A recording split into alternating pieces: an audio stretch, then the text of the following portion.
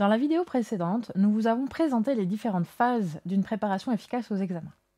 Je vais maintenant vous présenter concrètement comment réaliser la quatrième phase de cette préparation, c'est-à-dire définir une stratégie qui vous permettra d'être le plus efficace possible lors de l'examen. Votre objectif lors de l'examen est de démontrer au correcteur vos connaissances et vos compétences. Le problème est de réussir à faire cela dans un temps limité, avec un matériel limité et en vous assurant d'être compris par la personne qui va vous évaluer. Votre stratégie devra donc vous permettre deux choses principalement. Premièrement, de bien gérer votre temps pour ne pas vous retrouver à la fin de l'examen en n'ayant pas pu aborder les 2/3 du sujet. Et deuxièmement, de bien gérer votre communication avec le correcteur pour lui montrer au mieux l'étendue de vos connaissances et compétences. Mais comment faire concrètement ? Prenons un exemple. Voici un examen d'une durée de 3 heures noté sur 100 points. Cet examen est organisé en 3 parties avec des poids différents qui sont décrits ici. Comment allez-vous utiliser ces 3 heures ? Prenez quelques minutes et notez sur un papier la façon dont vous allez vous organiser. Voyons maintenant ensemble comment décomposer ces 3 heures de manière à tirer le meilleur parti du temps que vous avez. 3 heures correspondent à 180 minutes. Dans ces 180 minutes, vous allez devoir faire plusieurs choses. La première chose que vous aurez à faire, c'est de prendre connaissance du sujet, le survoler une première fois entièrement, lire les instructions dans les détails, inscrire votre nom ou votre identifiant sur les copies, etc., etc. À la fin de l'examen, vous aurez également besoin de prendre du temps pour vérifier votre copie, c'est-à-dire la relire entièrement pour vous assurer que vous n'avez rien oublié, vérifier que votre nom apparaît bien aux endroits où il doit apparaître, etc., etc.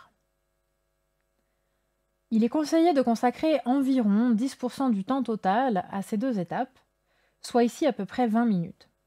Donc vous pourriez consacrer 10 minutes pour lire une première fois l'examen et 10 minutes pour vérifier votre réponse par la suite.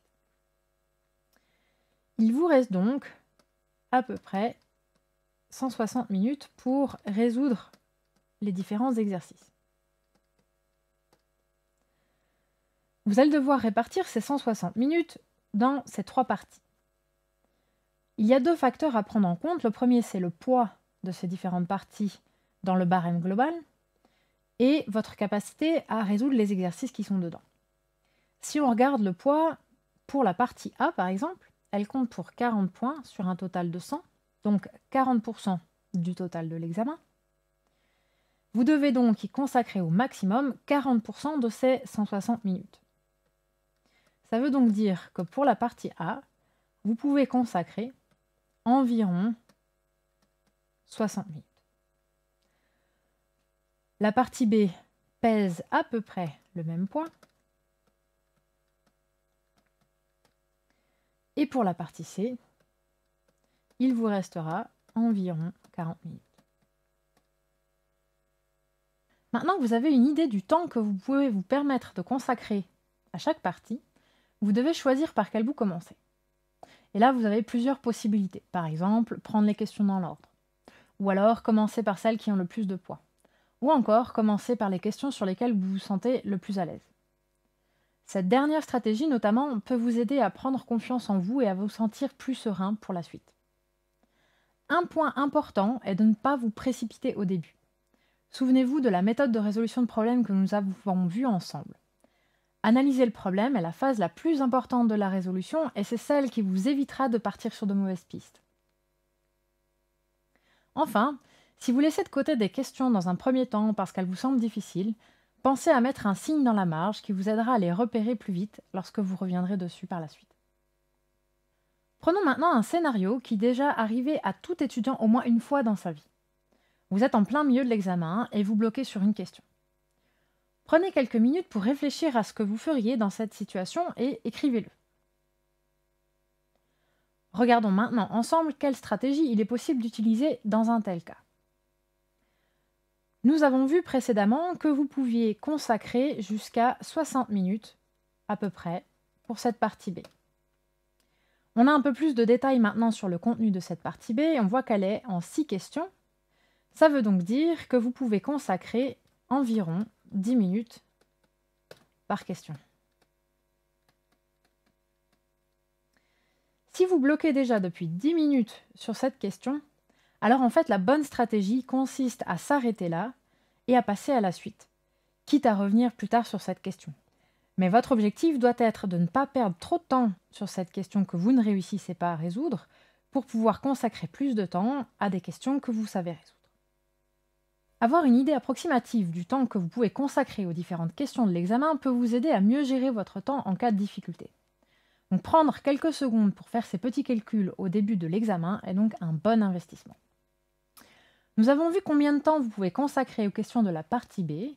Faisons maintenant rapidement le calcul pour les deux autres parties.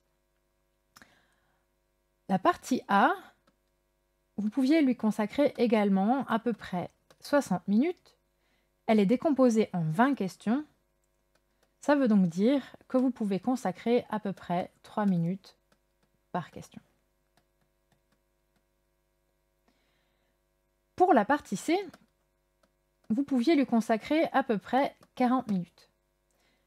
Mais le cas est un peu plus difficile ici parce que vous devez choisir 2 questions que vous allez résoudre parmi 3. Il vous faut donc du temps pour choisir et du temps pour résoudre. Parce que pour choisir, vous allez devoir lire complètement l'énoncé des 3 questions et vous décider. Admettons que vous preniez à peu près 5 minutes pour choisir. Il vous restera environ 35 minutes pour résoudre. Pour résoudre 2 questions, ce qui veut dire environ 17 minutes par question. Nous venons de voir une stratégie générale qui vous permet de gérer votre temps de manière à répondre au plus de questions possibles dans le temps imparti. Nous allons voir maintenant comment prendre en compte les instructions et les types spécifiques de questions qui vous sont posées dans votre stratégie. Regardons un autre exemple qui est décrit ici. Prenez quelques minutes pour appliquer la technique que nous venons de voir et déterminer comment vous géreriez votre temps dans le cadre de cet exemple. Voici une possibilité.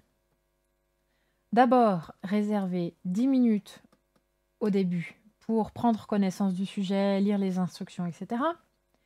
Réservez 10 minutes à la fin pour vérifier votre copie. Là encore, il vous restera 160 minutes pour travailler sur les 2 parties de l'examen. Vu que la partie 1 fait 72 points, vous devriez lui consacrer à peu près 120 minutes, soit 2 heures, et consacrer à peu près 40 minutes à la partie 2.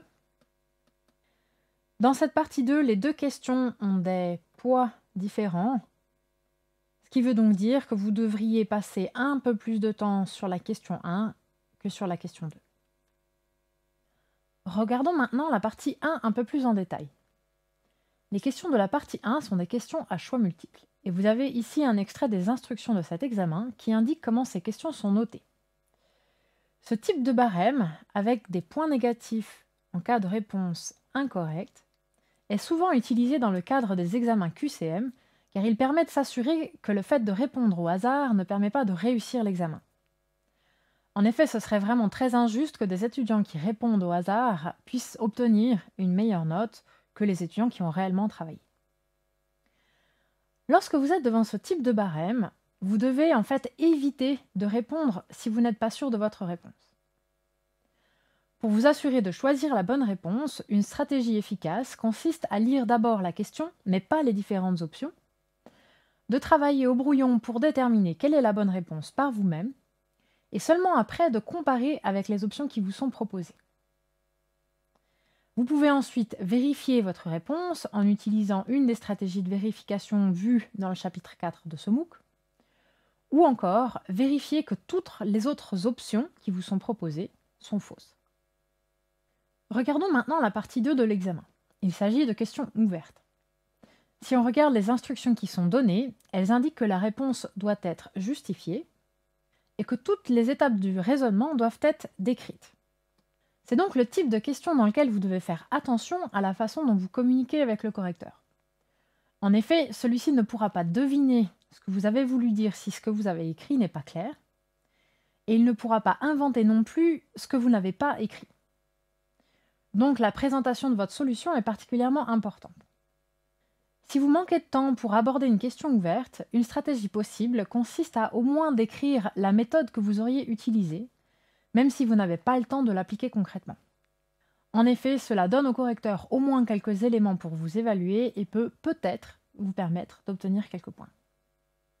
Voilà, nous avons vu comment préparer rapidement une stratégie pour maximiser votre efficacité le jour de l'examen.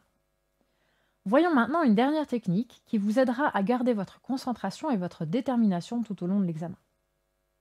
Cette technique a été très bien décrite par un golfeur appelé Rory McIlroy. C'est actuellement un joueur célèbre car il a remporté 4 tournois majeurs de cette discipline. Mais il a connu des difficultés dans son parcours. La première fois qu'il était en position de gagner un tournoi majeur, c'était lors des Masters en avril 2011. Alors qu'il menait avec 4 coups d'avance au bout du 3e jour de tournoi et qu'il devenait le plus jeune joueur à jamais mener un tel tournoi, il joue le pire tour de l'histoire du golf professionnel et s'effondre complètement pour finir 15e de la compétition. À peine 3 mois plus tard, il gagne son premier grand tournoi, l'US Open, en juin 2011, et établit même 11 nouveaux records à cette occasion. Lorsque les journalistes lui ont demandé quelle était la différence entre son effondrement en avril et son succès incroyable en juin, Rory a expliqué que lors de l'US Open, il s'était concentré uniquement sur le processus, sans réfléchir à son possible succès ou échec à la fin du tournoi. Il savait que s'il se concentrait uniquement sur le fait de réaliser correctement ses gestes, alors il réussirait. En anglais, cette technique est décrite par une expression qui dit « Concentre-toi sur le processus et le résultat arrivera de lui-même ». Vous pouvez utiliser exactement la même technique dans le contexte d'un examen. Concentrez-vous sur le fait d'appliquer votre stratégie et d'utiliser la méthode de résolution de problèmes pour répondre aux questions plutôt que sur le résultat possible de l'examen. Nous avons vu dans cette vidéo comment faire concrètement pour définir une stratégie qui vous permet d'être efficace pendant le temps de l'examen. Nous avons vu également que vous focaliser sur le processus est le point le plus important pour réussir votre épreuve. Vous trouverez sur le MOOC un guide audio qui vous permettra de vous visualiser en train de vous concentrer sur le processus pendant votre examen afin de vous préparer mentalement. Avec tous ces outils, vous avez tous les éléments pour une bonne préparation de vos examens.